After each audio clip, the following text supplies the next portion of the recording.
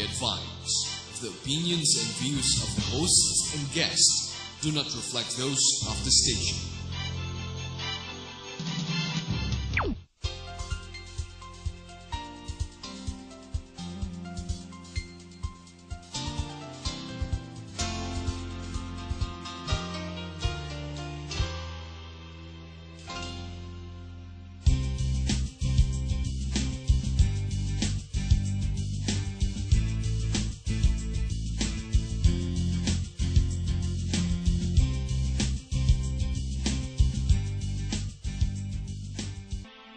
Unang tingin natin, masaya siya. Maraming mga bata, naaaliw. Pero sa totoo lang, sa likod ng mga marine parks ay isang malungkot na kwento ng captivity.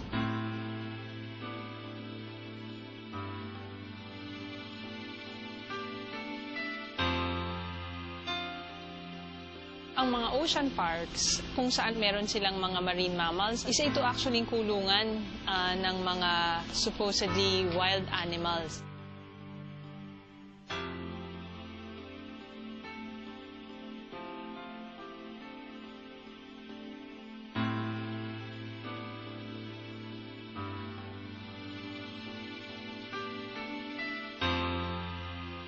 Hinugot yan mula sa karagatan.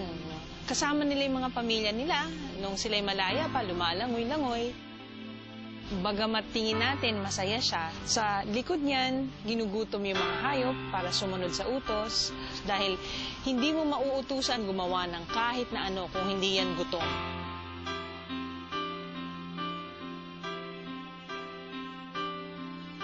So, kung titignan mo sa mababaw, mukhang masaya, pero kung tayo may papakalalim pa, isang malungkot na kwento ang mga marine parks para sa mga hayop na nagpe-perform dito. Good evening, ladies and gentlemen. Welcome to Philippines Uncut. I'm your host, Buddy Kunana. Now, this show tonight is all about dolphins. Now, dolphins are very familiar to all of us. We watch them on TV and in films. We fawn on their likenesses in pop culture and stuffed toys. And we are enthralled by their amazing beauty, their intelligence, and their grace. And tonight, we're going to talk about dolphin captivity and the shocking wholesale slaughter of dolphins in some parts of the world, including Japan. Joining us in the studio are two animal rights activists and advocates. We're joined first by Ms. Trixie Concepcion, and she is the Regional Director of Earth Island Institute Philippines. Joining her is Ms. Ana Cabrera, who is the Executive Director of Philippine Animal Welfare Society, or PAWS for short.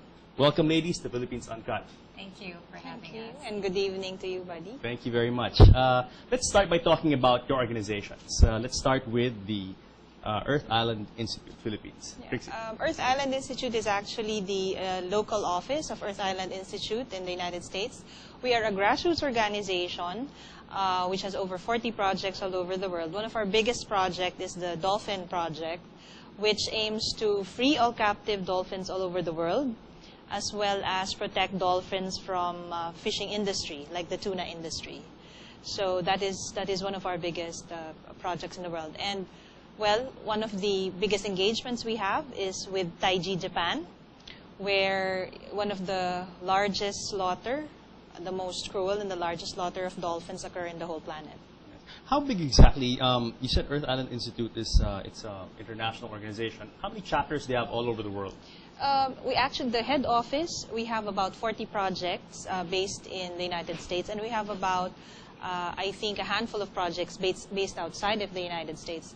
We have over 25,000 members. Wow.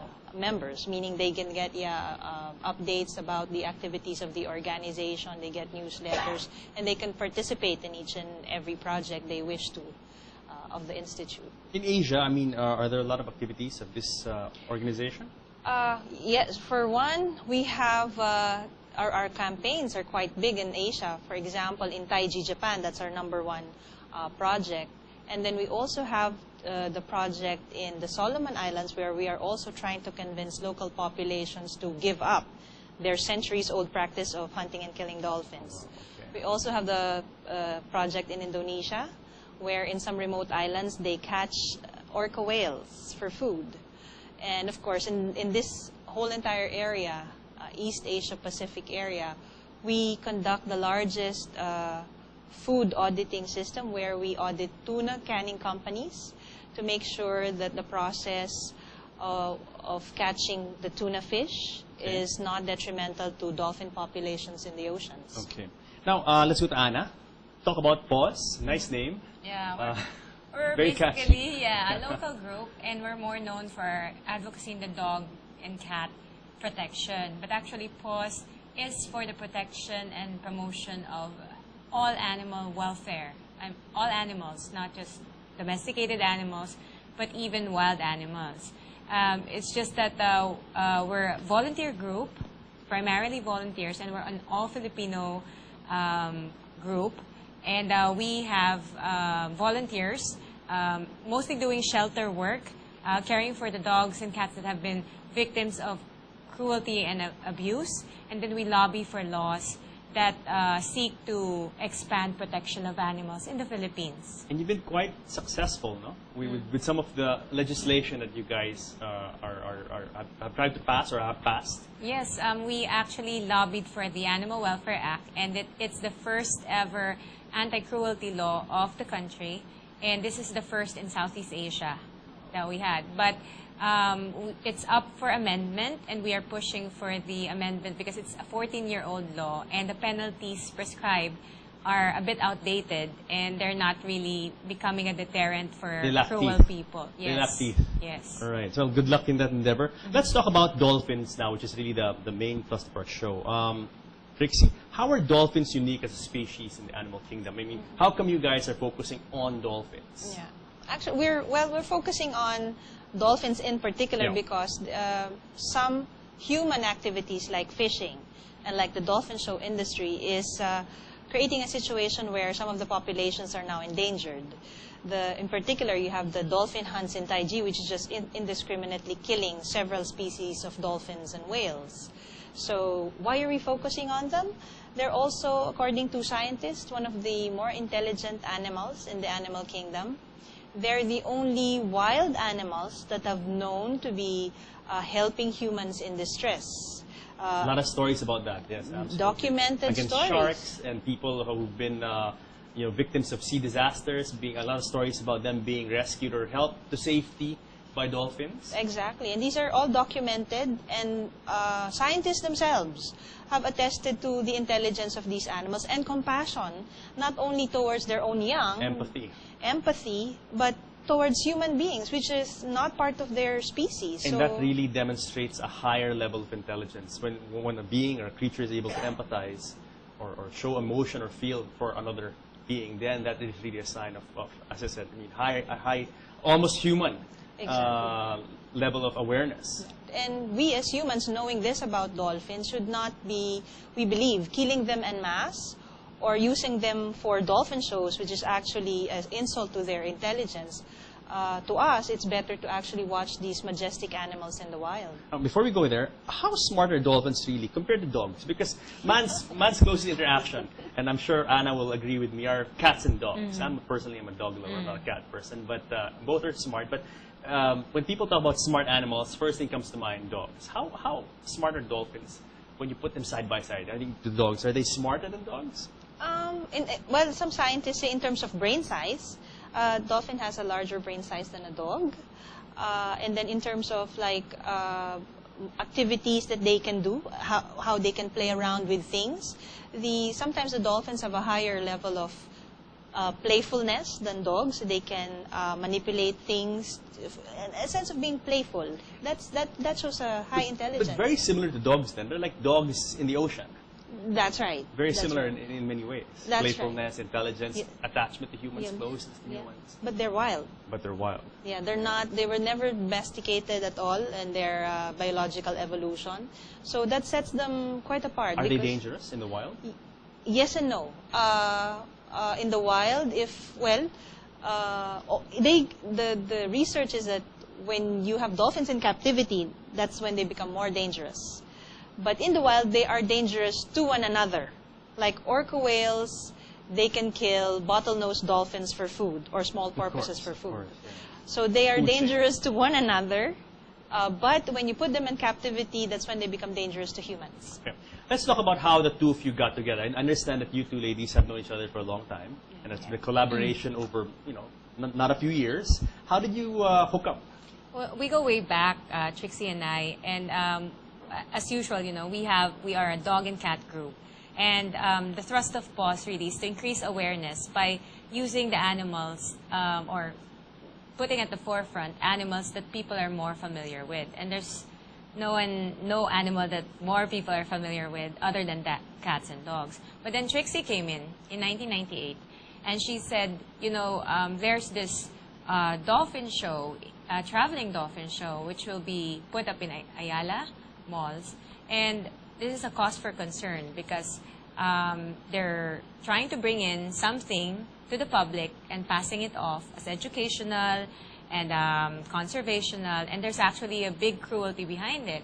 And me, as a volunteer of PAWS then, we didn't really understand the cruelty behind it. And when she gave us all these materials, scientific evidence that these wild animals are taken forcibly from their pods, and they're forced to perform, and they're really, their wild spirit is,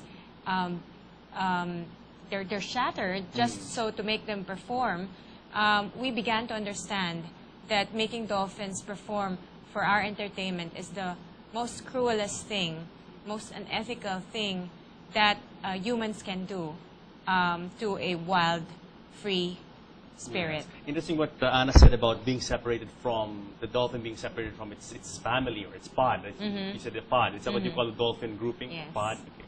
Now, you mentioned dolphins are very social animals. Do they really have that kind of connection with, can they identify with a dolphin family? Exactly, yeah. They have that kind of awareness. That's right, yeah.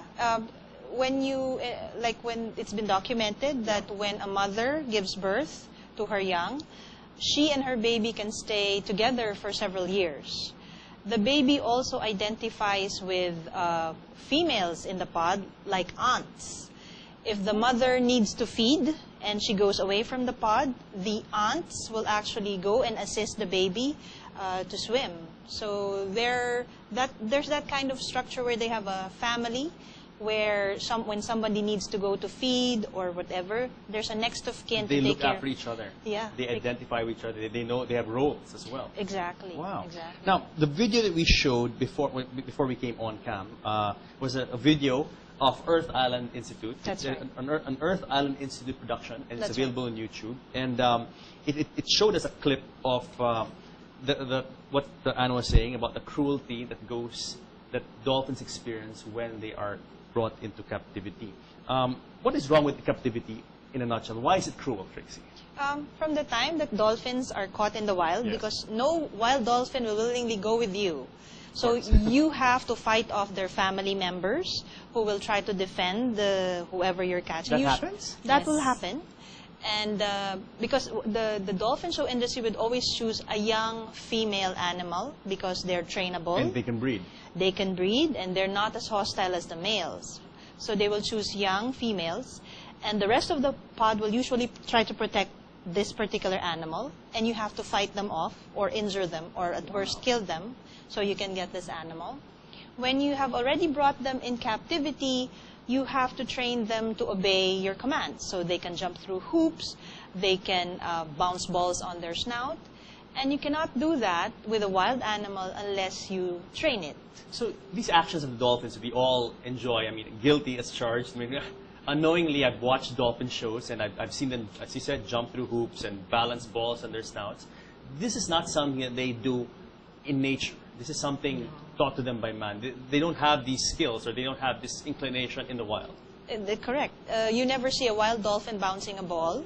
You never see a wild dolphin jumping through a hoop because there's no hoops in the ocean. These are learned behaviors which has to be imbibed by the animal. And the way they do that is they starve the animal for days or maybe weeks until the animal comes into submission. And they train the animal in such a way that if they do whatever the trainer wants, they are rewarded with dead fish. No wonder in some of these dolphin shows I've seen here and overseas and on TV, the trainer always has a bucket. And after every trick, he's like, he throws a fish or like a sardine or a mackerel, I don't know what it is, but throws it and the dolphin catches it, and then after every trick. Exactly. So that's what you see. It's a hungry animal. The animal that you see over there, it's hungry. Otherwise, we want to challenge the trainers. Give it all the fish it wants, and let's see if it will obey you the moment you ask it to jump through a hoop or like bounce a ball. Would you know how long the dolphin is, quote unquote, starved before they're given their first lessons so that they'll submit?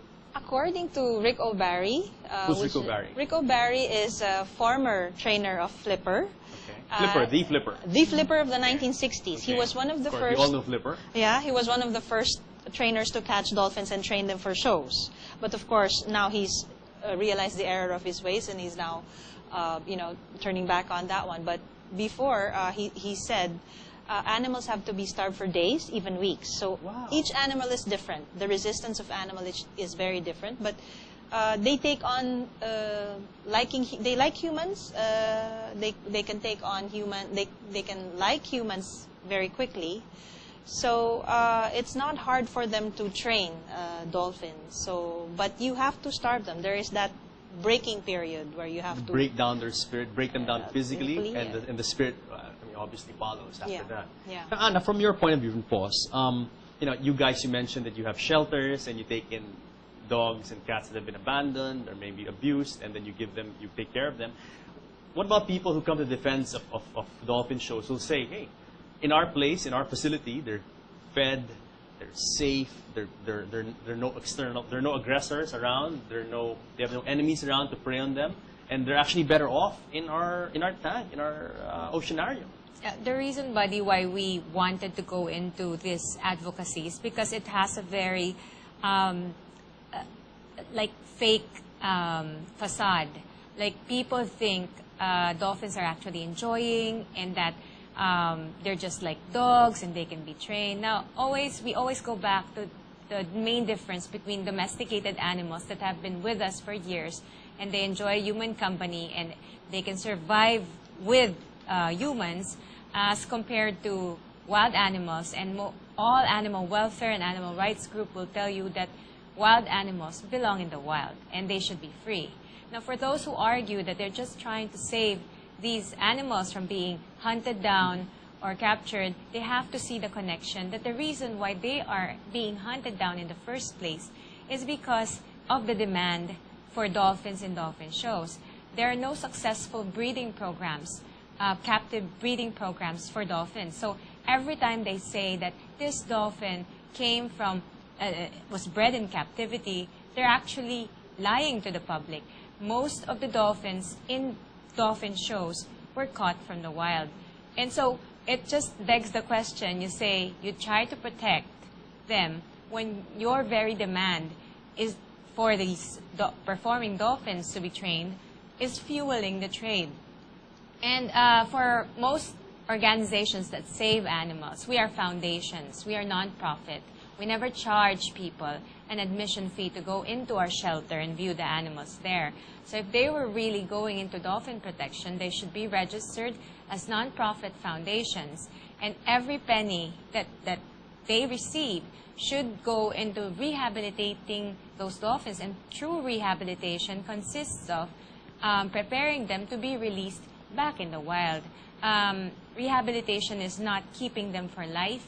Rehabilitation is not about exploiting them.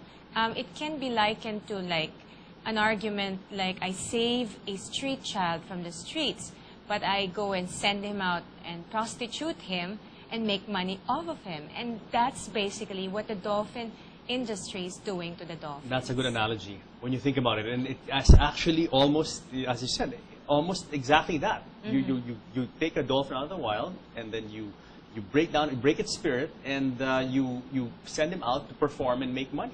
And this is what prostitution is all about. Yeah, exactly. It's very sad because people think that dolphins smile, and they have this. They look like they smile. Yeah, they fake smile. Yeah. And then the children see the balls and being played with, and then they have this wrong education There, let's talk about education, because people will say, the people running these oceanariums will say that, we're actually educating the public. If they didn't see these dolphins, then they wouldn't value them. They wouldn't have awareness of these wonderful creatures. But now, because of these shows, wow, people love dolphins. I love dolphins.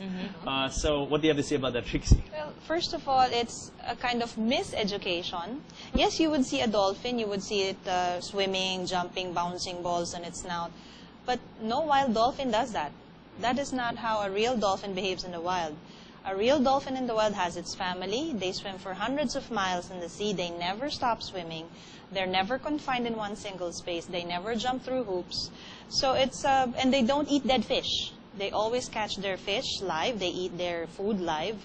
So if you talk about true education about the nature of these animals, dolphin shows are not the way to go. The way to go is you see them in the wild. And this is supported by all the researchers and scientists. They go, if you really want to learn about dolphins, don't go to a dolphin show because it's actually miseducation. So what is your stand on these dolphin shows? Actually, if you ask me, it's an outdated form of entertainment. Studies have shown that we don't really get any research, education, or conservation value out of these dolphin shows. And if you really want to get educated, you want to conserve dolphins, go out there in the wild and see them. Have you guys tried reaching out to these oceanariums and tried to open their minds to this reality? Of course, yeah. We offered to actually help them set the animals free if they're really saying they rescued the animals. Then the ultimate objective of rescuing any animal is to set them free.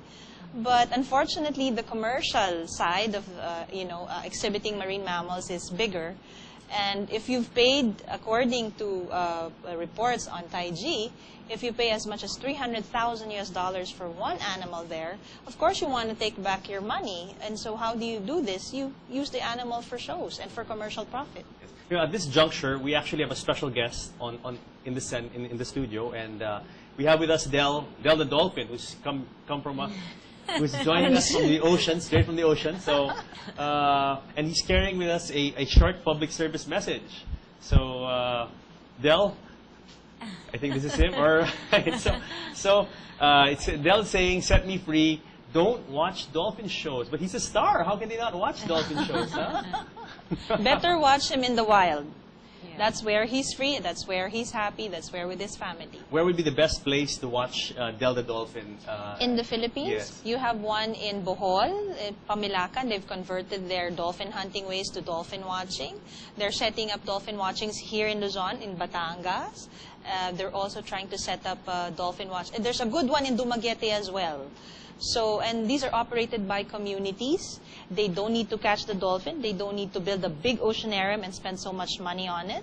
But the people actually earn by watching dolphins in the wild. Anna, what do you have to say about Del's advocacy, Set Me Free? Yes, really, the message is spot on. And I just like to backtrack on the education bit because we found a very interesting study. They compared children who visited marine parks and children who watched National Geographic and Discovery Channel about dolphins in the wild. And guess who actually scored better? Who learned more about dolphins? It's not those children who watched the marine park dolphins. It's those children who actually watch real life dolphins with National Geographic coverage. So really, I like when PETA puts it. PETA is the People for the Ethical Treatment of Animals. When you want to learn about French people, you don't take a Frenchman and put him in a cage and observe him and see, how a Frenchman would. You go to France. Yeah, you go to France. You observe them in their natural habitat and see their culture, the way they interact, and that's very much what we should be doing with dolphins and marine mammals. Excellent. Thank you, ladies, but we'll be back for a second segment on the Taiji dolphin slaughter. And guys, don't go away because more dolphins and Del the dolphin when Philippines Uncut returns.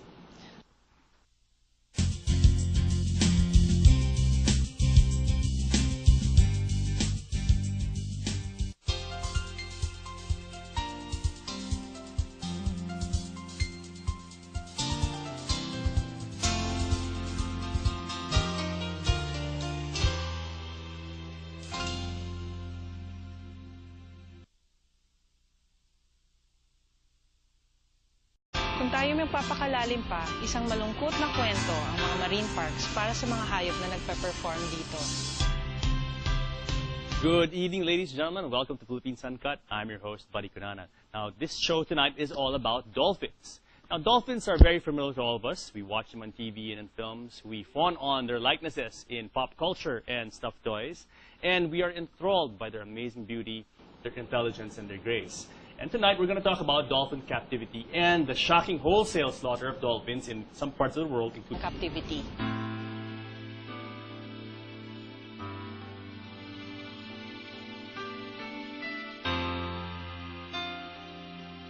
Ang mga ocean parks, kung saan meron silang mga marine mammals, isa ito actually kulungan ng mga supposedly wild animals.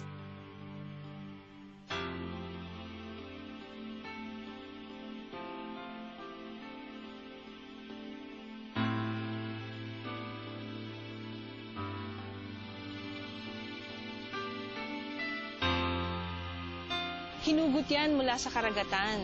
Kasama nila yung mga pamilya nila. Nung sila'y malaya pa, lumalangoy-langoy. Bagamat tingin natin masaya siya, sa likod niyan, ginugutom yung mga hayop para sumunod sa utos. Dahil hindi mo mauutusan gumawa ng kahit na ano kung hindi yan gutom.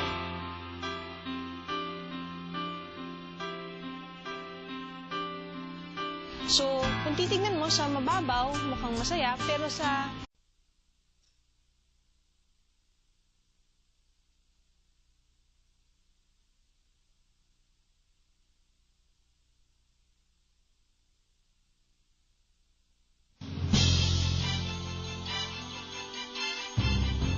We advise the opinions and views of the hosts and guests do not reflect those of the station.